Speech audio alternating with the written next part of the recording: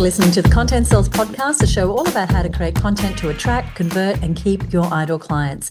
Welcome to episode 229. I'm Suzi Dafnis, and here with me is my fabulous co-host, Michelle Falzon. Hey, Michelle, how are you? Hey, fabulous Suzi. I am fit and raring to go. How are you? Good. I am feeling fitter a few weeks into the year than I did at the beginning of the year. But I We all. I'm great. And as we're recording, it's a Monday morning. It's a great start to the week. I'm about to head off to the United States to attend the mastermind that I'm a part of, which is always an awesome time. It's very cold at the moment in the US, so there's that. But I'm always excited to get new ideas and be inspired and learn from my peers, other business owners who, like me, are growing and scaling a business. And anyone who's listened to the show for a while will know what fans Michelle and I are of masterminds. We've both participated in masterminds, and we co-host the amazing Marketing Success Mastermind, which is Australia's leading women's mastermind focused specifically on marketing. And while we're chatting about the mastermind, if you're interested in applying and joining us inside the mastermind, we do occasionally make places available. So if you want to know more about that, the place to find out more is herbusinessmastermind.com. So that's herbusinessmastermind.com. And with that plug, Oh, I love it. I'd love to see, if you're listening right now, I'd love to see your application. We've got people in the group right now who began as listeners to this podcast. Absolutely. So if you're growing your business, you're already generating six figures, or maybe you're close to it. You can see it in the horizon ahead of you, and you know you need help really to make that next leap. Maybe you've used all the tools you've got in your toolbox to get this far. Then we'd love to chat to you, because that's exactly why we've created this mastermind, because that's a common block.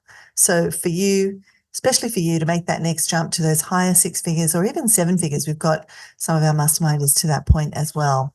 Now, Suzi, plug done. Today we're talking about something that we put a lot of focus on in the mastermind, and it really does make a difference, and that is owning your niche. Yeah, so Michelle and I, whether it's in the strategy sessions that we have with our masterminders, whether it's in the in-person events or the online events, our monthly Q&As, we're always really listening for where is it that women can leverage their time and efforts and really make a bigger impact and grow their businesses. And this idea of owning your niche is definitely one of those ideas. And so we thought we'd bring it here to the show. I'm really looking forward to talking about this, but I want to explain what we mean. Michelle said owning your niche. What do we mean by that? So first, your niche is the part of the market you serve. Now, if you're one of our US listeners, you've probably heard this also called niche. Okay, so whether it's niche or niche, I'm going to call it niche.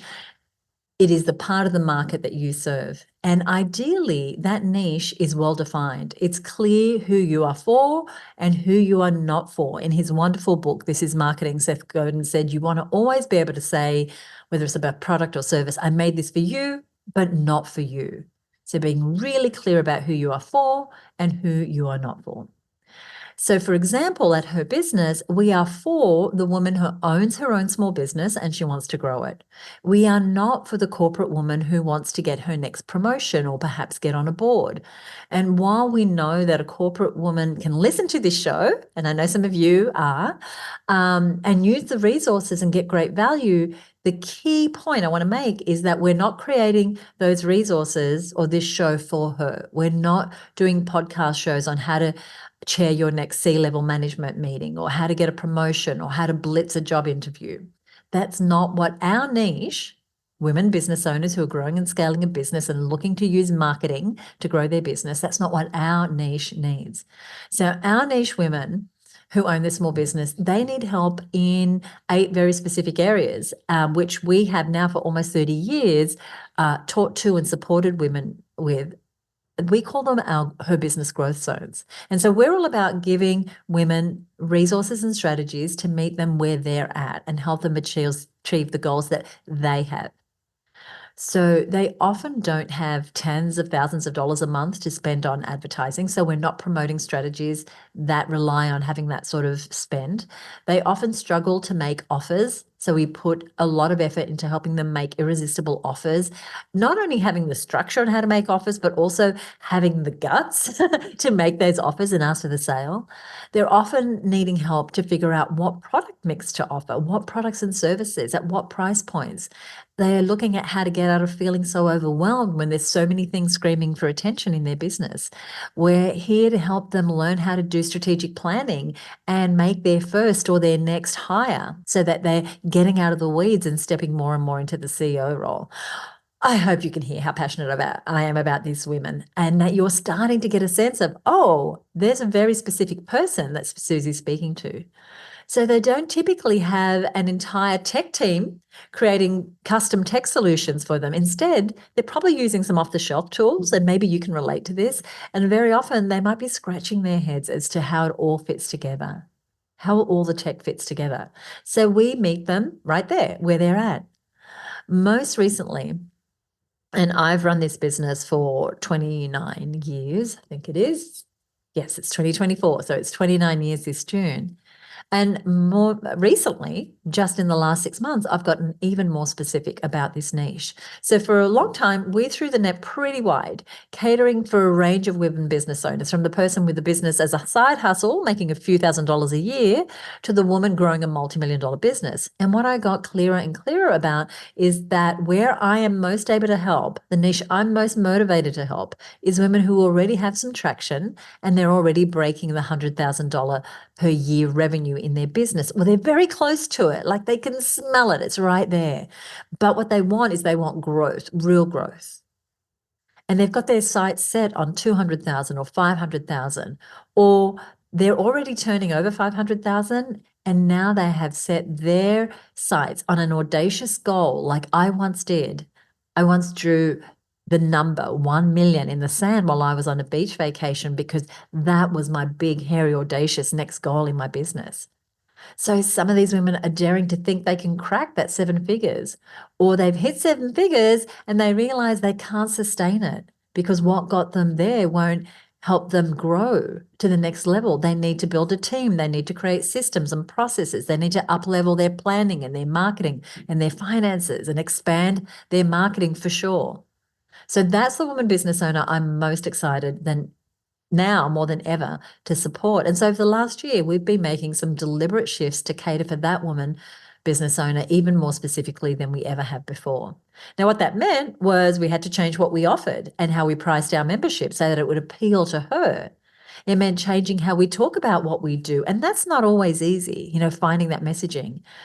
And it's changed everything, getting really clear on this niche, because remember, the center of everything you do needs to be about your ideal customer, your ideal client.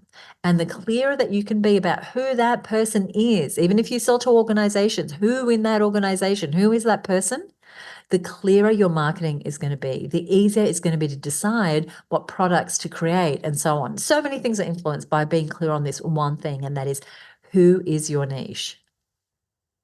I absolutely love seeing this journey that you've been on, Suzi, and I so appreciate you sharing it. And, just to pick up on some of the dots here about what you're saying and really join it with our topic for today, what you've just done a beautiful job illustrating is not only having a clear niche, like you've got a really clear niche and you've made it even clearer. And it meant, letting go of some of those smaller business owners who can still use all your resources, but that's not who you're specifically focusing on. So you've done a really great job of showing us what a clear niche actually looks like and letting us know what a niche is. But importantly, you've really illustrated what we want to dive into more detail on today. And that is, you've shown us what it looks like to really own that decision, to completely bond with the niche you've chosen and go all in on serving them. Because I think what can happen is that we've all heard that, you got to have a niche or a niche. You've got to have an ideal customer, right? We've heard that. We know that somewhere in our brains we have that information. But knowing and doing are very different things. And it's not enough to passively kind of sort of direct your message to a general group of people. It's not enough to have a super clear niche and really great messaging that speaks directly to them. The missing ingredient, that we're seeing a lot in the content marketing of small business owners is that they're not really owning in a deep and profound way the niche they've chosen. And we're using those words very deliberately, this idea of owning. And I think there's really something to this. And maybe if you're listening now, you can reflect on your own niche. You know, is it super clear to you? Is it specific? Can you clearly see who it is that you're creating your products for and who it is that you're speaking to specifically in your marketing? And if so, take a moment now to reflect how you feel about that niche. As I said, you can hear in my voice how much I love these women. Whether I've met them yet, whether I've known them for years, whether they're new to my world, I have such an affinity for them. I know who they are. I understand their pain and their problems. So have you taken ownership of the idea that you are the person who can solve the problem that you solve for that specific group of people? Have you taken ownership? Do you feel a strong motivation and a desire to reach as many of those people as possible and help as many of them as possible? Is this aligned to your purpose, your own philosophy? Because all these things, they contribute to how much you actually own your niche. Right. And, if you look at the idea of ownership and, if you've been around Suzi and I for a while, we like to go back to the dictionary and look up, the real cause of the word. And ownership, when I was looking it up earlier, it implies things like possessing and responsibility for. And I think it's an interesting thought experiment to visualize what it means to possess your niche. I don't mean in a controlling, possessive way, but in a way where you've really bought it. You've really gone all in. And as the owner of that niche, how are you showing up? Are you hiding? Are you blending in? Or are you being seen as the leader, the owner, the go-to person in your space? And if you're not, what might it look like? And to give you some examples of how this shift in your own viewpoint, because that's really what we're talking about. Like I can hear in your voice, Suzi, you've taken ownership of this niche. And it wasn't always easy because, like we said, you've had to let go of, certain people in that broader spectrum that you had before. But you really asked yourself the deep and honest question, who am I most called to serve? Who is most aligned with my philosophy? Who do I believe the problem that I solve is going to be most suitable to?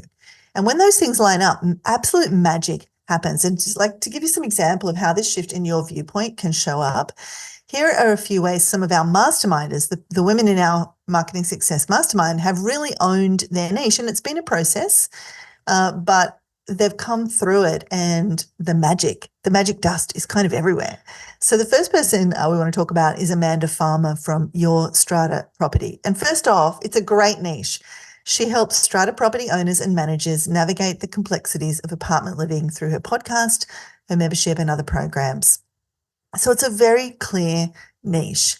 Now, she not only has said this is my niche, but in many, many ways and over many, many different iterations and over many months of us knowing her, she has consciously taken ownership of this niche. She owns this niche. She is the go-to person for this topic.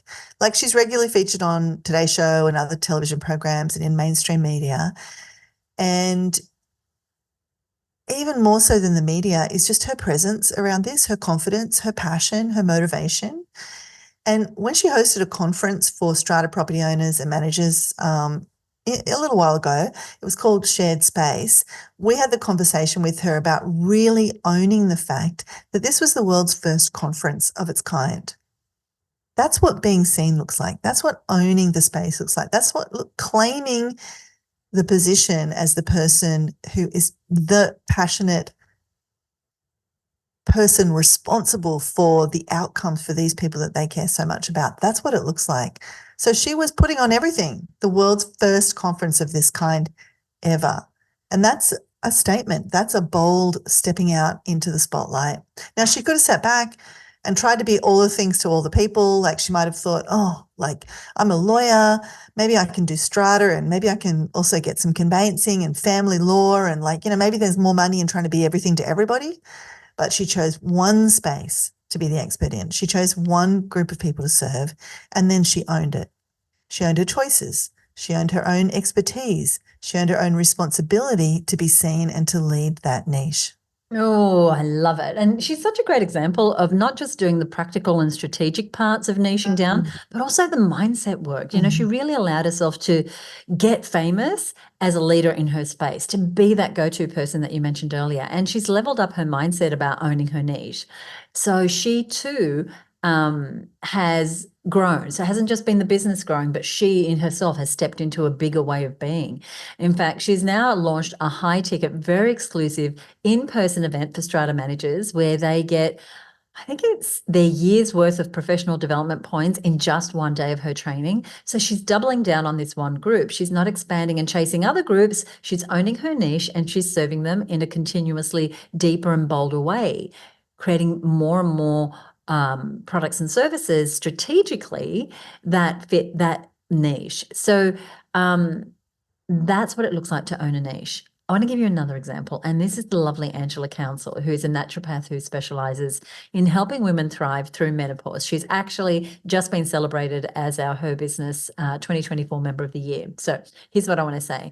You might say, well, you know, helping women thrive in menopause, well, that's a pretty clear and distinct niche. And still, it's a pretty hard one to own. It's actually quite a vast and growing space. And when Angela tuned in to some of the questions that we asked earlier, is the niche super clear to you? Is it specific? Can you clearly see who it is you're creating products for or who it is you're speaking to in your marketing? I mentioned that earlier. And how do you feel about that niche? Have you taken ownership of the idea that you're the person who can solve the problem you solve for that specific group? Do you have a strong motivation? Do you feel that to reach as many of those people as possible and to help as many of those people as possible? Is it aligned with your purpose, your own philosophy? When she asked these questions, Angela had some very interesting answers. Because what Angela really feels passionate about and what she can really help people with is the idea that she can really own, the space she can really own is not helping women thrive in menopause. It's actually helping women to thrive in menopause without HRT, which is hormone replacement therapy. So I'm going to say that again. Her niche is actually helping women thrive in menopause without HRT. So as a naturopath, she's developed approaches that get results without the hormone replacement therapy. She has her personal philosophy about this and how she can help women most. And for her, it's about giving women a natural solution that doesn't involve many of the mainstream treatments. Now, whether you're a fan of HRT or not is beside the point. The point I'm making is that when Angela really checked in and looked deeply at which niche she could truly own, she could truly serve, it revealed something really important. The distinction that she didn't want to serve everyone and try to convince those people who wanted human hormone replacement. She didn't want to try and, twist their arm to try and do something different. She wasn't trying to convince those people to change course. She wanted to find the women who were already out there looking for an alternative. She could own the idea that she was that alternative. Now, was it scary for Angela? You bet. She was worried about trolling and people who didn't believe in her philosophy. She was worried about losing market share, being criticized. And on the first launch of her course, she's got a wonderful program called the Embrace Program. When she led with that message, her new message, she did get fewer women signing up for her free workshop. Now, she does this workshop a few times a year. She gets thousands of women. Did she get fewer people? Yes, she did. Did she get fewer clicks on her ads? Yes, she did. But guess what happened? The people who said yes, the people who clicked, they were the right women. The women loved her message. The women for whom she was the exact person that they'd been looking for. And they signed up for her free program, but then they signed up for her paid $2,000 Embrace program in droves, in much higher percentages than ever before. And Angela had her best launch, and finding that sweet spot for herself has really changed everything. Yeah, look, so much I love in Angela's story. She is more aligned with her own personal philosophy. And I think that cannot be underestimated. So, in order to own our niche, we have to start by really owning our own philosophy. And I'm seeing you do that, Suzi. Like, I just see you getting more and more empowered and more bold and courageous and forthright and passionate because you've kind of untapped the bottle, if you like. You know what I mean? We can tend to think this is what I should be doing. This is where, this is what I need to be doing. This is what people want. You know what I mean? And there is often a place where the very unique perspective and philosophy that you have is exactly what a group of people are looking for. And even with like what Angela experienced, she got fewer people perhaps initially signing up for her free stuff than she'd seen before. And I remember her posting in the mastermind group, Suzi, kind of going, oh, have I made a terrible mistake, right? But then what she was getting, though, was women who she was the exact solution that they'd been looking for.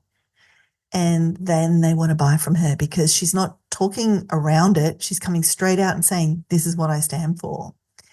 And I want to tease out a point you made there, Suzi, about how hard it was for Angela to make that leap, to really stand up and own what it was she stood for and who she most wanted to serve. And that's really what the crux of this whole episode's about.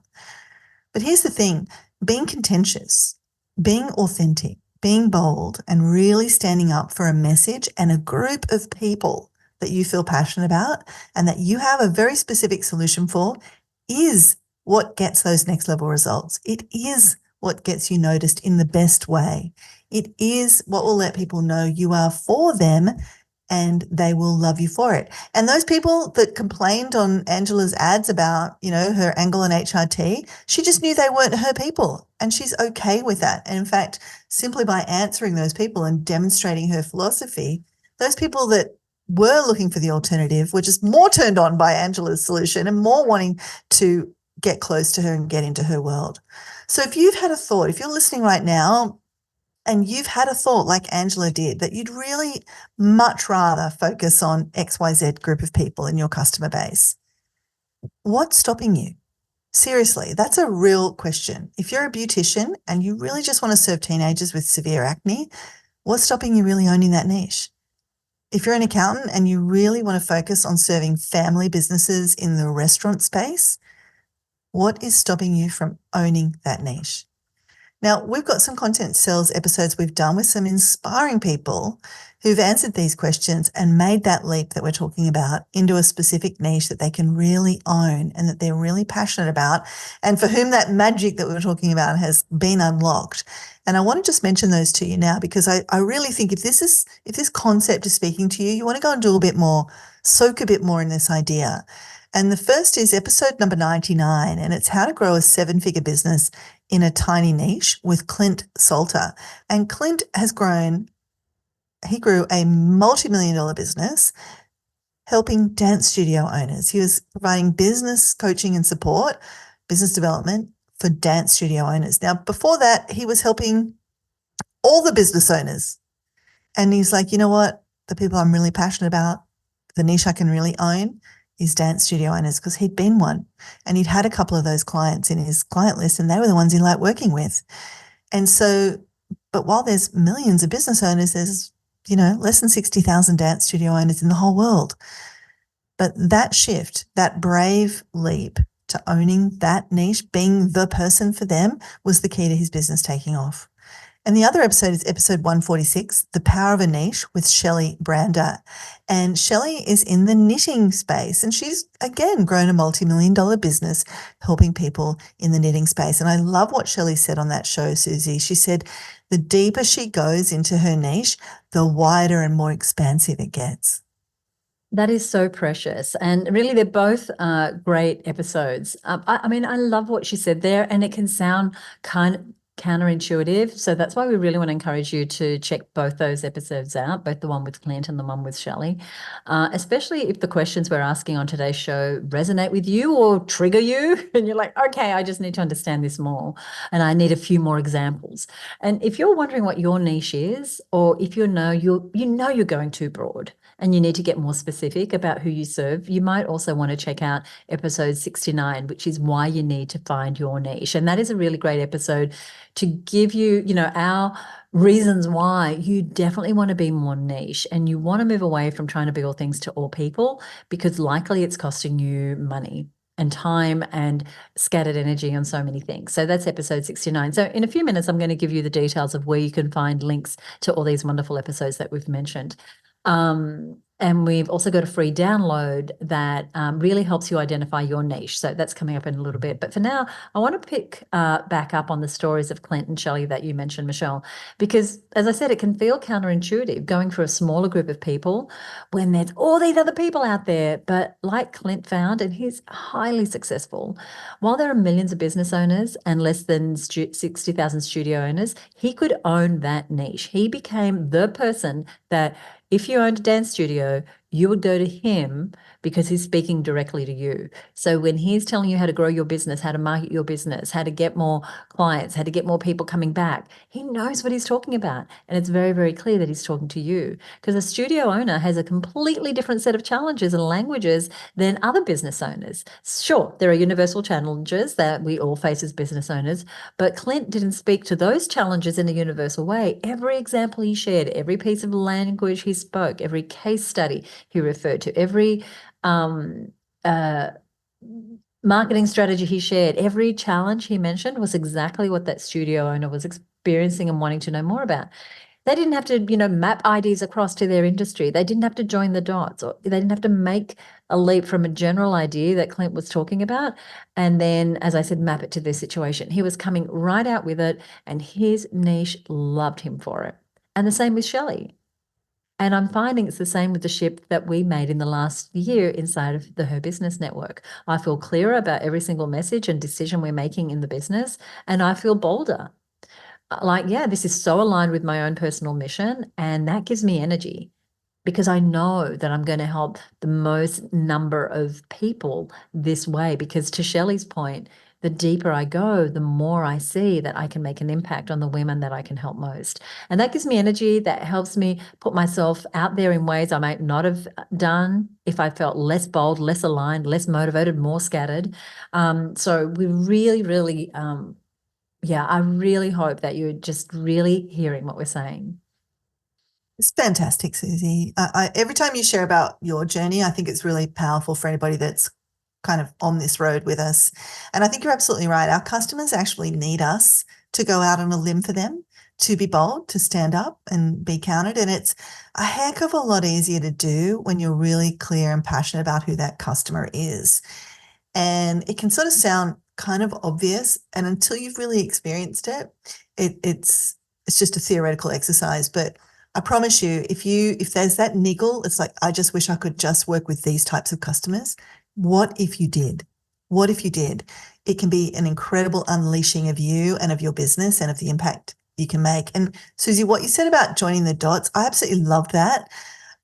We think it's obvious. We think if we're talking about, hey, if you've got problems getting sales, that anyone listening to that is just going to automatically map it to their situation. And this is the curse of knowledge that each of us have in our own business. Like for us, we help people with marketing. So we know a common problem is that people have struggled to get sales. And in our minds, we're seeing all the different scenarios where that might work and all the different language, and we're just expecting our clients to see all of that unspoken language in there. And there's a great book, I've mentioned it on the show before, by a guy called Steve Krug. It's actually for creating user interfaces on, websites and SaaS products and things like that. It's called Don't Make Me Think. And I just think that's a motto for all of us as marketers. Don't make our clients think, right? So don't go out there with these universal comments. It's exactly why Clint was successful. So instead of saying, hey, do you have problems getting sales, and expecting people just to join the dots, like you said, Suzi, they're not ready to work that hard. The people listening to your marketing messages don't want to work that hard. It's much more powerful when you can say, hey, you've had some success already. You've got some great clients, and that's what's helped you expand your business. But now that you've grown, you realize it's a whole new playing field. What worked when you needed to generate $10,000 a month is not going to get you to $20,000 a month.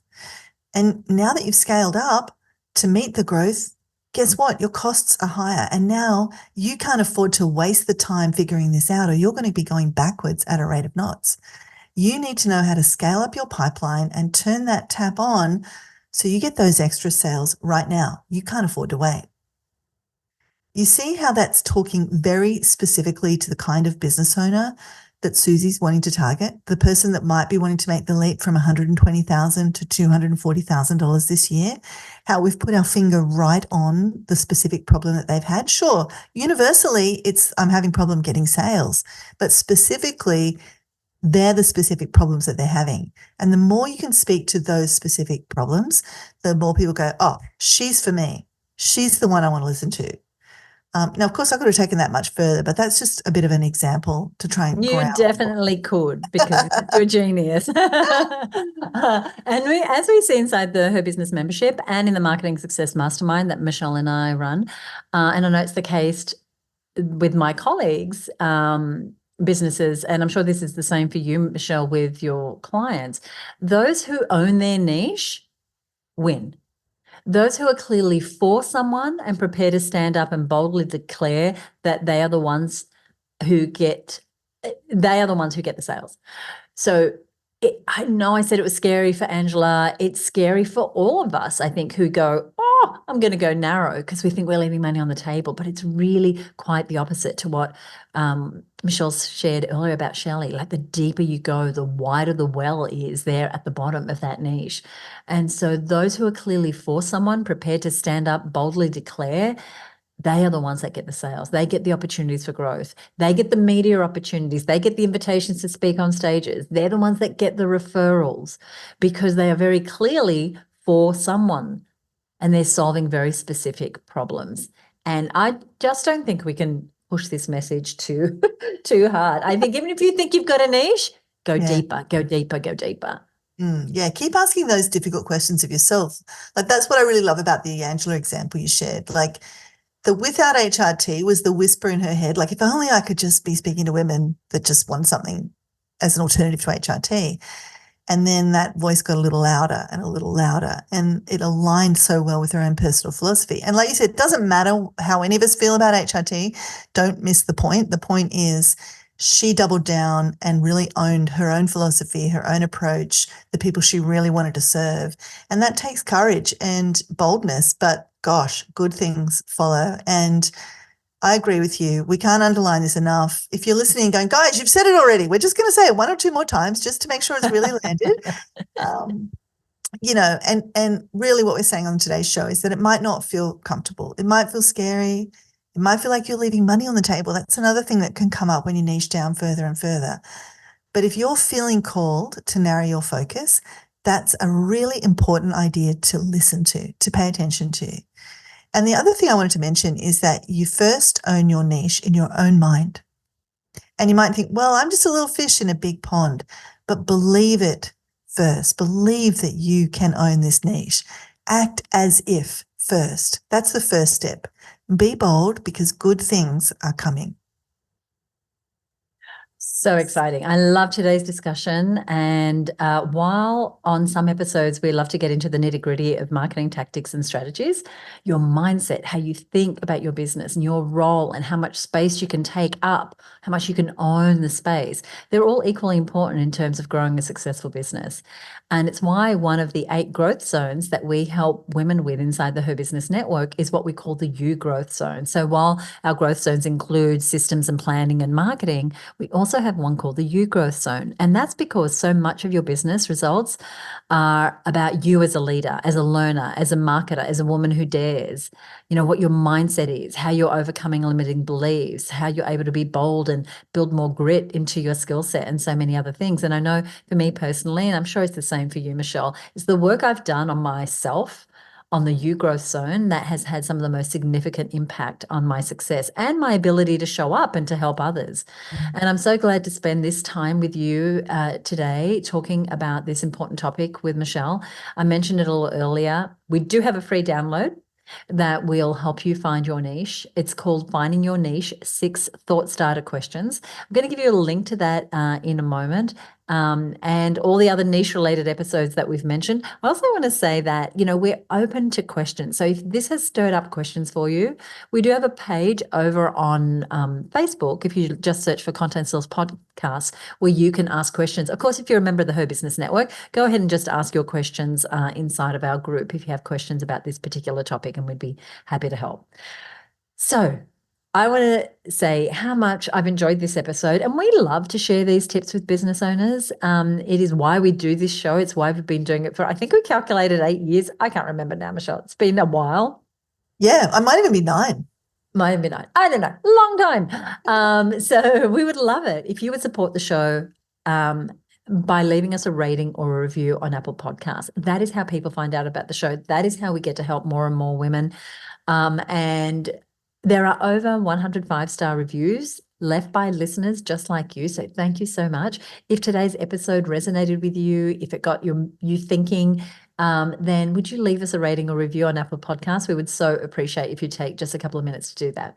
One of our regular listeners is the lovely Bridget Hallam. She's got a business called Throw Your Leg Over. And what she and her husband do with their business is they do these motorcycle adventures in different parts of the world, and they have guidebooks for people who love motorcycling and who want to know, where to cycle. And so that is her business, and she has been doing some really great things in her business and really pushing herself to grow. And recently, we had an episode on rebranding, and it was episode 203. The title of that show was 12 Questions to Ask Before You Rebrand Anything. And Bridget sent us a message to say, looking forward to this episode. A rebrand might be in the works for us in 2024. So if a rebrand is in the works for you as well, you want to check out episode 203. Thank you so much, Bridget, for your feedback and for being a listener of the show. So I mentioned earlier that we have a freebie, a download for you around this area of niching. We've also mentioned some episodes with Clint, with Shelley, other episodes that are all around this area. So if you want to dive a little further into this to really know that you can own your niche, but you need a few more pieces, then head on over to our resources page. It's our show notes page over at herbusiness.com/own your niche. So own your niche, all one word, herbusiness.com/own your niche. Michelle, anything you want to say before we go today? Just to reiterate, definitely go and check out those show notes. They'll have links to all of those other episodes. And I just personally find hearing other people's stories is one of the best ways I learn. And Clint and Shelley are just such great examples of owning the niche. It's totally inspirational. In fact, Suzi, I think I'm going to go back and listen to those again myself. I think I will too. We've got some strategic planning coming up, but we do that a number of times a year. And I think I might just have another listen to that in light of today's conversation. Thank you, Michelle. And thank you for listening. We'll see you next time right here on the Content Sells Podcast. Bye for now.